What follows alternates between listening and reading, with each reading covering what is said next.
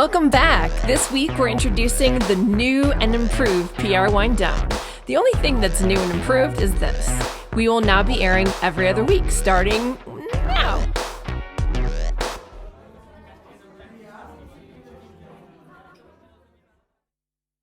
So the PR news of the week is about Seth Colliner. The reporter from VentureBeat, right? Who I believe is leaving VentureBeat, or maybe has already left.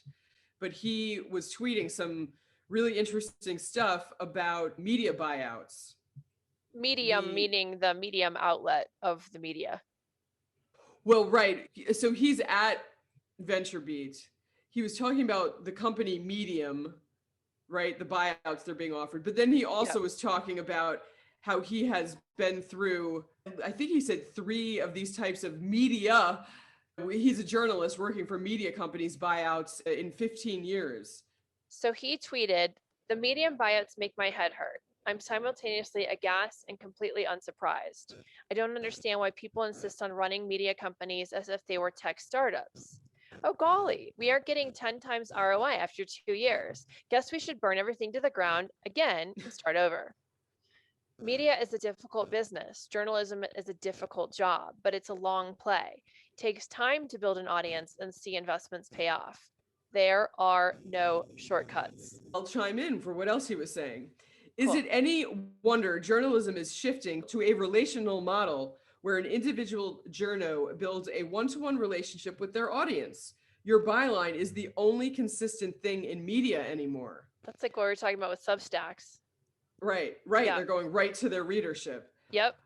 I've impressed this on my writer and editor colleagues over the years. Whatever pub we currently work for will toss you out on your ass the minute it doesn't need you anymore. In the end, you'll only have your reputation and your clips, so cultivate those. Part of what really sucks about the constant upheavals, the months before pubs fold or lay people off are hell to live through. You see the tweet, "I've been laid off," but that's just the end of months of uncertainty for that person. Anxiety, stress, being treated like dirt, watching management make terrible call after terrible call, seeing good work and talented people and great teams squandered. He says, "I've been through this 3 times in a 15-year career. 3 times.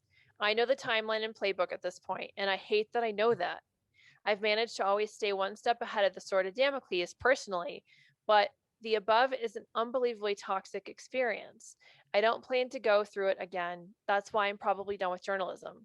It's why I left VentureBeat." I guess this is me announcing that. The cost to my soul was too damn high. That's pretty. It's crazy. So a couple of things. It reminded me of corporate America in general these days. I do think, however, that journalists are unique in a regard. And some of the regard is what he is saying about these new startup media companies acting like they're a tech startup. And if they haven't made, $1 billion in 2 years, they're done. And it's like, we barely even got started. Are you kidding me? How old is the New York Times or whatever? Imagine if they were 2 years, done. It just doesn't make sense. So it's almost like record labels have gone by the wayside a lot too. This corporate middleman is just a barrier, and it's breaking people's souls and careers and everything that you've worked for in school, and your hopes and dreams and aspirations are can be ripped out from under you, if you don't follow suit, or if the company just says we're laying 80% of our staff off, or whatever the case may be. You didn't get into journalism to deal with all of this sort of stuff. You got into it to be a writer and a reporter. I mean, I think it's really interesting. I think my hope is that people like him that notice it are going to go ahead with the one-to-one model and not just leave journalism, right? Yeah. It's going to be best for everybody in the end. But I also appreciate that that's not an easy undertaking. So if you don't have the following of a Glenn Greenwald or a Matt Taibbi, I mean, it's, that might not be an easy thing to do. Right. However, if you haven't reached that level of, you're not Andrew Ross Sorkin or some level like that. Yeah. Right. If you aren't that well known.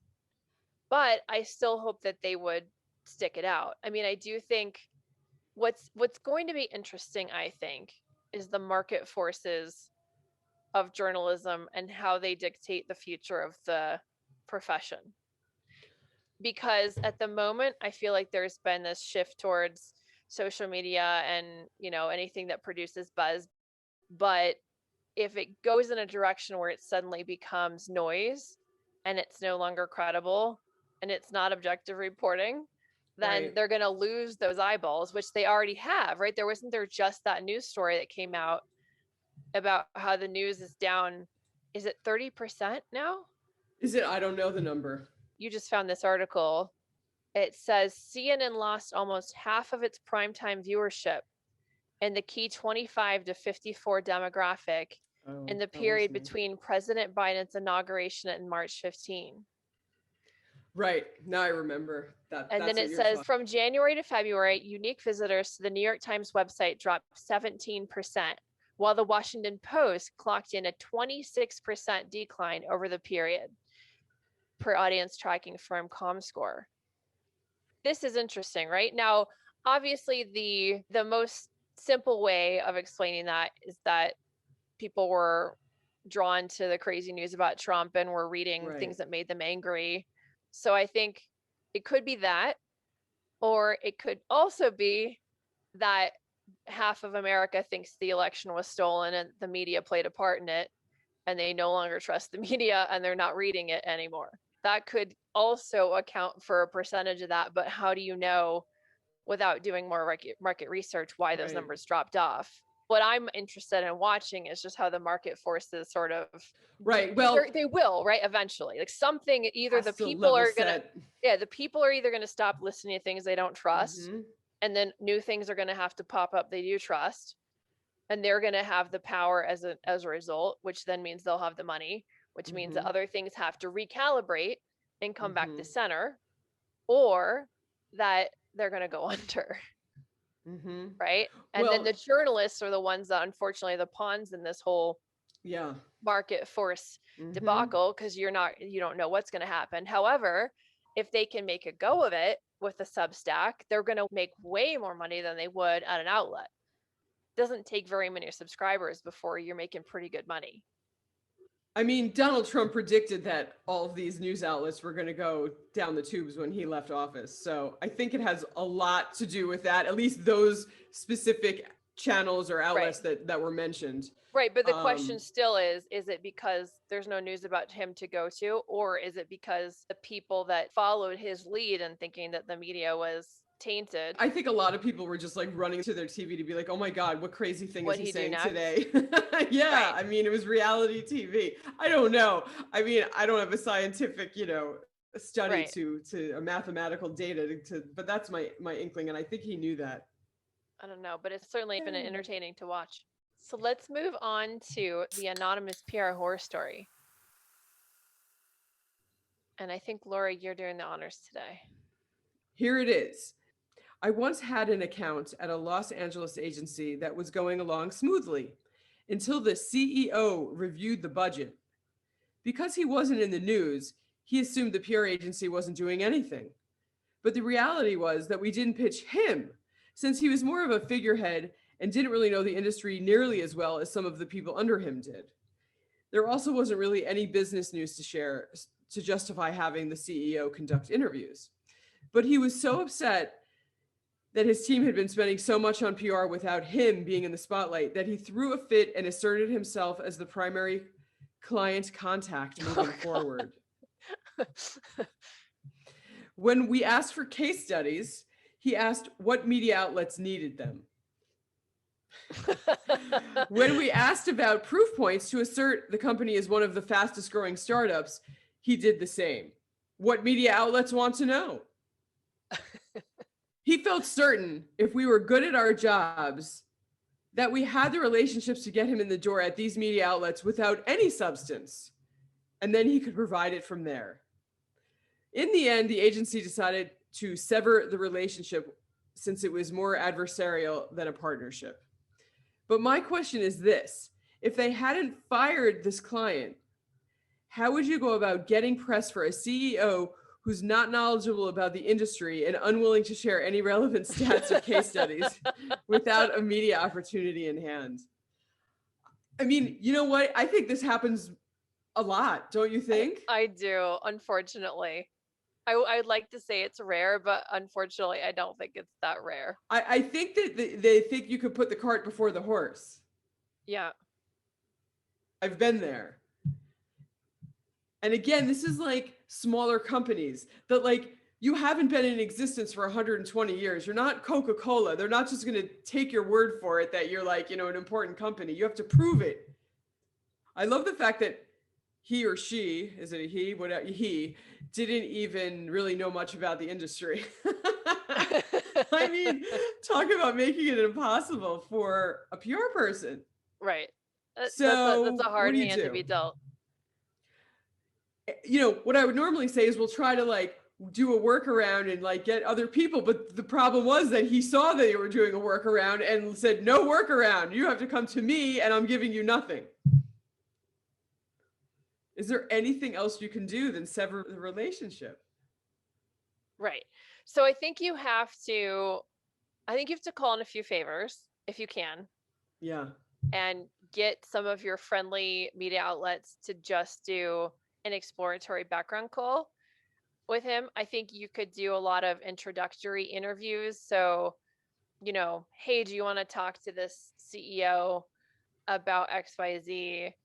Among the things he's an expert in are, and then just bullet them out and just make him be on the hot seat when you deliver the opportunity.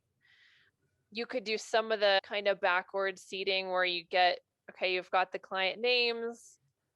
Let's see what they are doing in the news. Let's see how it relates to this industry.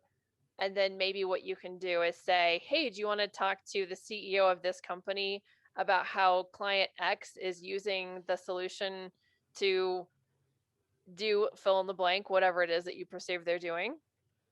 And then Right. basically back him into providing a case study. So that's Mm-hmm. one way of doing it. And then, I mean, the tactic that is the most relevant for this kind of scenario is usually reserved for the C-suite of Fortune 100s. I used to do this a lot with Sempra Energy, where I had their executive on a email basis. I could get them basically for any last minute commentary, and I would monitor what the natural gas prices were in the industry and figure it out, and then go and say, hey, so and so Bloomberg, it covers energy, do you want to talk to the CEO of Sempra Energy about how the prices spiked from here to here today and what this means for the future of the quarter? In those cases, though, those people are the experts and they can actually speak to it. It's almost like matchmaking. Hey, Laura, do you want to date this person? Hey, this person, do you want to date this person? And then you get two yeses and you put them together, Right. kind You're of sort thing. of running concurrently. Yeah. So you're working both angles. So you can do that. It's stressful because the problem is if you promise something to reporter X and client A can't deliver, then you might ruin that relationship with that reporter. But you could also say, oh, I'm so sorry. He's got pulled into a meeting. He's not going to be able to make your deadline. Yeah. But those are the best ways I know of doing it. Just getting the opportunity and then going to them and saying, Well, but I also want to say for any potential clients that could be listening, when you hire a PR person, you have to understand that it takes work on your side and you have to give the PR people as much information as you can about your business and your people and every aspect, because you don't really know what sorts of magnificent stories a PR person may be able to spin. I guess I'm thinking of spinning gold out of the things that you tell them. So if you give them nothing, it's very impossible. If you give mm-hmm. them a little bit, then it's not really easy. And if you just give them like a ton about how you came to be an entrepreneur, about people who work for you, about your business, about what you did before, about your goals, about your numbers and data, case studies, all of those kinds of things can just only benefit you. So there's no reason to be unavailable or non-communicative with that. If you want to get value for the money that you're spending for PR, you will only get more value the more information and the more sharing and the more of a partner you are with your PR people. It's true, because you're basically giving them zero tools. And if you gave them all the information, you're giving them an entire, wall of tools, a whole garage, right, of tools. The more that you give them, the more that they have all those things at their fingertips to work with and get the exact right story for the exact right person at the right moment and strike right in the middle of the timing being perfect and all of that. So yes, get your firm information. And if your client isn't a willing participant, then you can put them on the hot seat. And if they can't deliver, then when the media opportunities are brought to them, well, then they either have to own up to the fact that they don't have the goods to get the stories, or you can buy yourself time to go get a new client while they're discovering that how they think PR works isn't exactly how it works. Right. For now. Again, it's one of those ongoing questions, though, because It's true. But hey, I think I see Brian joining. Great, let's let him in. Awesome. So our guest this week is Brian Garrido. He's the marketing department specialist at Meticulous Design and Architecture. He is here to chat about all things tourism, wine, and hospitality amid the changing landscape of the pandemic. Sounds so dramatic. Yeah. How are you doing? Good. Good. How's the new job? The new job is awesome. Yay. I'm so pleased to hear that. Thank you. That's good. It's exactly where I need to be right now. Yeah. Cool. And what is that job? I'm a marketing director for a minority architectural firm here in Indianapolis. All right. I know it doesn't sound as glamorous as working a red carpet in Hollywood, but we're in a day and age where minority businesses need a lot of promotion, and I feel good about working for a smaller company where I can actually move the needle and not just sell a product, but actually sell representation that now people of color can see themselves as architects where they never could before. Yep. We've all been down those roads before in our PR career where it's great to be working for Google or it's great to be walking some famous person down the red carpet. But this feels right for me at this moment, That's good. So, yeah. Yeah. I am curious to hear about, I know a lot of hospitality and travel PR firms have gone under because of the pandemic, because where do their clients go? And I'd be curious to hear what you think is going to be the future of PR in these spaces, given how weird things have gotten. That's a broad issue. I think it's heartbreaking to those people who actually are in that line of service, meaning where they are frontline workers to that customer that's coming in, putting down their credit card. It's really heartbreaking because some of those people really are incredibly good at what they do. Concierges, room directors, marketing directors, just incredible people. I mean, people are going to start to travel again. I don't think that people are going to travel the way they want to. I think that New York City is looking at vaccine passports, I think is a very interesting thing. I think that that's going to be going on for quite a while. That's a tall order. We don't know what's really going to happen. So this brings us to the next question, which it's a great opportunity for local markets to actually really up their game and become destinations. So now it's kind of like, I'm afraid to go 6 hours or 8 hours on a plane to an international destination. And not be like near to my home, like have to go over an ocean. No, people are discovering, it turns out the US is huge and has a lot of cool things to do. The Grand Canyon. Right. Speaking of local places doing well, so one of our clients is Arizona, which is down the road from me. It's a wildlife park devoted in large part to rescuing wild animals that need homes, which is so fun. And such an honor to be part of something that's doing that. And it's also very fun to visit because then you get to drive through the black bears that they've rescued and, the wolves that they've rescued. And like, it's really cool. Since the pandemic, because of the drive-through aspect and the built-in social distancing, they have actually gone up so much in revenue that my client was like, maybe we need to back off PR a bit because we're maxing out capacity, or I need your PR to get people to come in the morning or the afternoon because too many people are coming in the middle of the day. Wow. No, some places are doing very, very well. Get bigger or true. Something. It's Is true. that like the local tourism thing? Yeah. Yeah. So wait, what industries are doing well because of the pandemic? What about Well, wine? obviously the construction business is doing well in New York City. Okay. Construction, and also real estate is doing very well. Prices are up. Sellers market, yeah. architects are doing very, very well. Matter of fact, there was another story in the LA Times about how people in California are redoing their backyards like never before, creating It'd be like a vacation oasis or something. Yeah, Home Depot, Lowe's. Yeah, the renovation's doing very well. Yeah. What about wine and beer and liquor? A couple of years ago, wine had experienced a huge glut in the marketplace. And then also, they had those fires recently that burned down quite a few wineries in Northern California. There's probably still a glut of market, but I'm also going to say that there are also a lot of people who are making lots of money with niche liquors like tequila. I think you're right. People buying for their home bars and their home, because nobody could go to bars or really restaurants, etc. There's no big parties. So people were like buying for home consumption, more bottles, cases of alcohol or wine, etc. Whereas they may have bought a bottle here and there just to have, but now they were doing all of their entertaining among their family and close friends at home and going nowhere else. Yeah.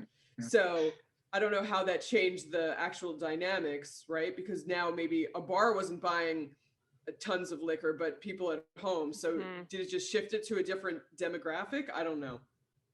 Yeah, a couple of distilleries here in Indiana, one called Hotel Tango, is doing very well. Once they finally reopened, they're full to capacity. Yeah. Right. Luxury goods are also doing very well. Rolex is having a stellar year. Really? Jewelry is also doing incredible. Because people weren't traveling. That $10,000 trip that you expected to take with your kids to give them an experience. Now, your mom and dad are going to buy that, 2-carat diamond ring or that Rolex they always wanted, or put it in their backyard. Right. A lot of DIY is huge right now. Right. So people whose jobs and whose income did not get affected at all have more money to burn than ever because they haven't been able to really go anywhere with it, right? They're not going out for, like you said, vacations or dinners or shows or whatever the case may be. It's just funny that Rolex, I mean, why would you buy a watch? You're like sitting at home, like, who cares what time it is? You're not going anywhere. I have another question for Brian. So I know one of your sort of passion points within the industry is talking about diversity. And I'm curious both to hear your perspective on diversity in PR, but also how do you think what's happened over the last year in terms of getting more awareness around Black Lives Matter and the recent things that have happened that have been so unfortunate with the Asian American and Pacific Islander hate and things that are happening after the pandemic? How do you think that these topics are going to impact PR moving forward and or the industry in general in terms of its inclusion? And thank you for asking this question, April. This is this is really one of my I know it is.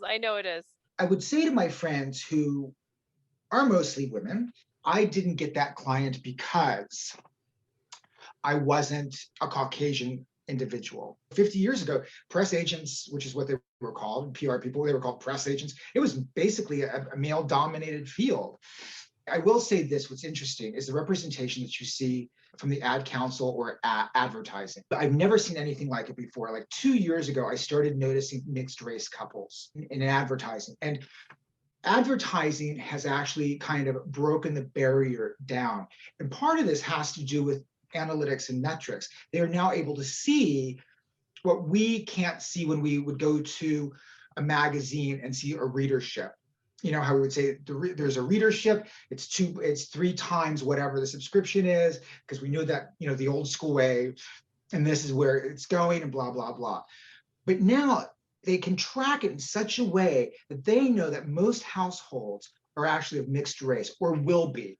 So they're trying to create that branding image so that person of color or that child who is picking up the Legos, who remembers that commercial where there's a Black mother and a white father, or an Asian mother and a Black father, they're going to remember that and they're going to take that with them as they grow. And I've never seen anything like it.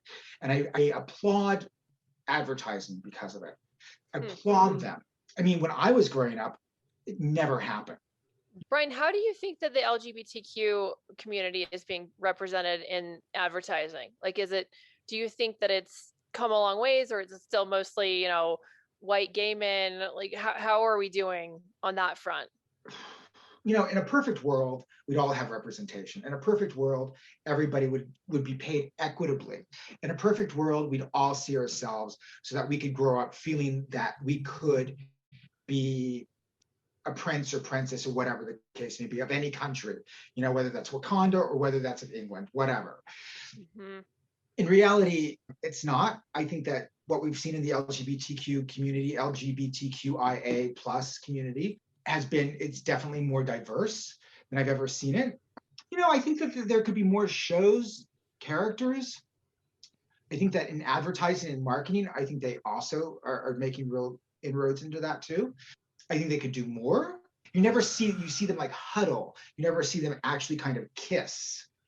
But you see them huddle on couches, and you go, oh, they're gay. That's so funny. And I think what's interesting about the streamers is that they are trying to be, I don't want to say edgy. I think they're just trying to be what society is now reflecting, that it is as diverse as we think it is. It's not, we can't just pigeonhole people anymore. In the past, this year particularly, I was like, wow, they're really... Yeah, and partially it's because money talks, right? They know. Right, it's so silly. I've said that before, like, why aren't you advertising to the people who buy your products? You'll probably sell more. That's right, but this is like a really amazing time within marketing and advertising. Now, to go back to the PR thing, journalists are very diverse. We have a whole world out there. Journalists are really diverse, and they're very, very smart people. However, most of the agencies still happen to be white, but they can't talk about how that person of color might use that social media app to that journalist who's got that beat for the New York Times, or who's got that beat for the Washington Post, or who's got that beat for Red State. Do you know what I mean? So I really, really believe agency owners literally have to look at the diversity within their own agencies. It can't be just white anymore, or just Caucasian. It can't, because the whole person who's going to be giving that story to you or your client. I have a lot to say on the topic. Go for it. That's all she's going to say. I have a lot to say about it. But I have nothing to say. No. So a few things. So today I learned the New York Yankees. So Masahiro Tanaka, the amazing pitcher from Japan, who unfortunately never won a World Series, but his contract ended. And they were talking about bringing him back. And I think other teams were talking about him too. I mean, he's, getting older, et cetera. And he ended up not, and he ended up going back to Japan. His wife, I think, is even more famous than he is in Japan. She's like a pop star or something. Today, it came out that the reason, or a huge reason why they left, is that they were getting harassed for being Asian and threatened in the United States. And that happened after the pandemic? What it sounds like is right in the beginning of the pandemic, like he saw it coming and he got his family out of Dodge. So it made me very upset, because people are so stupid, and Americans, maybe all humans, but Americans, just, there's not a good look with this kind of stuff here, and it's very upsetting to me. Secondly, one of my first jobs I worked, and maybe it was because it was a government job, I worked for the United States Senate, but I worked in New Jersey, the home office, and that office was so diverse. And they really made an effort to make sure that the people worked there reflected the communities that we were going into. So I was, African-American, Asian, Hispanic, women. I mean, there were very few white dudes in that office. Mm-hmm. Very few. The woman because who ran the office. Government. Right. Yeah. But anyway. Laura, it's very interesting. Times have changed. And I think that the younger demographic are far more open to those types of experiences. Right. And I think that's really the hope for it as we go forward. I mean, to go back to PR, again, it's about representation. So people of color need to be able to represent those clients, that they can also bring value to their clients. I will also say too, companies also need to have people of color in the C-suite, not just the CFO can be, it's always a CFO, Black, Hispanic, Asian, it's always a CFO. I always laugh about that. It's like always a bridesmaid, never a bride. Like Well, always, but it's also always a CFO, never a CEO. And you know, women are like that, the CHRO, the Chief Human Resources Officer, right? That, you know, when my mom, she was a single mom, she was white, my father's Filipino. My mom didn't have the opportunities that women have today either. Right. You know what I mean? She, 9 to 5, right? She was being chased by her bosses, several of them, around the tables. And she would come home, and I was like 7 or 8. She's, I got fired because I wouldn't, you know, kiss them. You know, it happened to her many times over. Women want to hang out in a place that feels safe for them. And I get that. You know, you don't want to, you know, the Andrew Cuomo thing, which is kind of a PR shit show, right? Yeah. You know, you want to hang out with women that make you feel safe, because you can sit down in an office and feel like you can get your work done without having that kind of sexualized tone of voice behind you. I get that. Well, my joke is, I think I've said it to April, like, I guess I'm ugly because I never had that problem at work. So I haven't been sexually harassed by anybody who mattered. I guess I've been hit on a couple of times by dudes I work with, but they didn't like have any bearing on my my employment, right? No, I know it happens. And guys like Weinstein and Bill Cosby are just monsters, right? I mean, ruins people's lives. Yeah. There are thousands of them, right? Yeah. Thousands, and they still do it every single day. I get the need for having a safe space, and you need to, the question is how do you police that? As a female CEO, how do you handle that? How do you, you know, if that happens to one of your staff members by people that you've hired, how do you handle that? It's a nightmare. I mean, especially now, because it causes so many legal problems, money problems, staff problems, it causes every kind of problem imaginable. I think that, April, didn't we talk about every company should have a crisis communications plan for that issue? Because it could happen anywhere. But 24-hour news cycle. Right. I mean, how many, you can't get them all, right? But yeah, so I mean, again, it's just like humans with, I don't know, some other form of animal should be running the show maybe, but I'm happy to have, you know, oh my God, Women's Day of Reckoning, the Me Too generation. I think it's awesome, but there still needs to be diversity, equity, and inclusion across the board for everyone. It's interesting. Where do we go from here in terms of inclusion and PR, and also in terms of how do we push narratives to the media that demonstrate these stories? If you're in a level of leadership like you, is that you open up those doors and you say, we have a diverse crowd that can tell your story. And that's really all it needs to be, right? April and I were talking about it because I had found an article maybe a month or so ago about a Black woman talking about working at PR firms. You remember I sent you this, April? Yes. Generally, what I can remember the author, who was a Black woman, was saying was that it was very culturally uncomfortable for her to work at most PR agencies because they were either a token or nobody really wanted to work with them, or they only got put on Black accounts. And so it was this sort of strange interaction. But the joke is, I don't fit into those places either.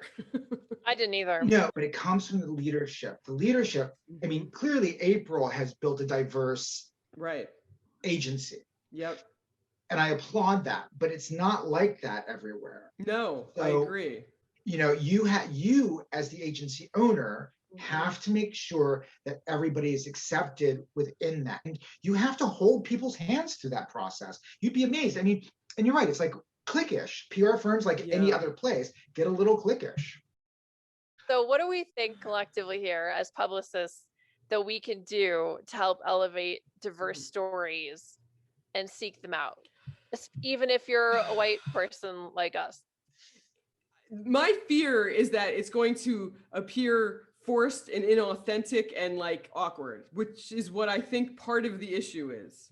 And even people who aren't forced or awkward or whatever, I still don't think we're just like there naturally. I'm not saying that doesn't mean it shouldn't happen. I just mean it's like, how do you do it so that it clicks, you know?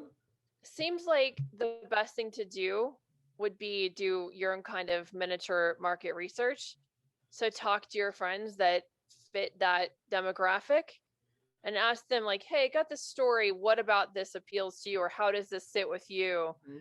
So that at least you're not pretending to understand what that audience is experiencing, but you're actually channeling something that you know firsthand from, a friend of yours is the Right. way You're that not they like would. trying to bang the square peg through the round hole. It's actually Yeah. work. It's a, It actually it's works. not, yeah.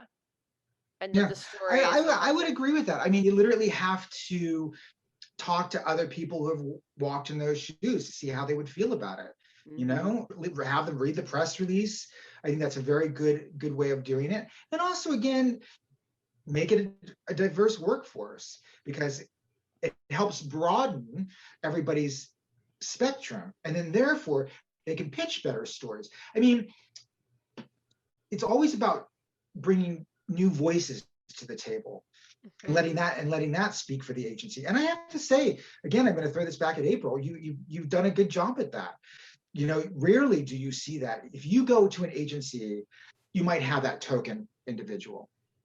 But April has done a very good job of doing that and it shows on her website. It is authentic. I mean, these are just, people who are good at their jobs, right? This isn't No, and like I've check the never, box. They're like no, real, no, no. I've never been recruiting a certain, profile. That it's just that I just am an equal opportunity interviewer. So, Mhm. I'm The happy. thing, It's not, yeah, I'm not trying to curate some sort of diversity, right. even And though, but I'm I do, grateful for that.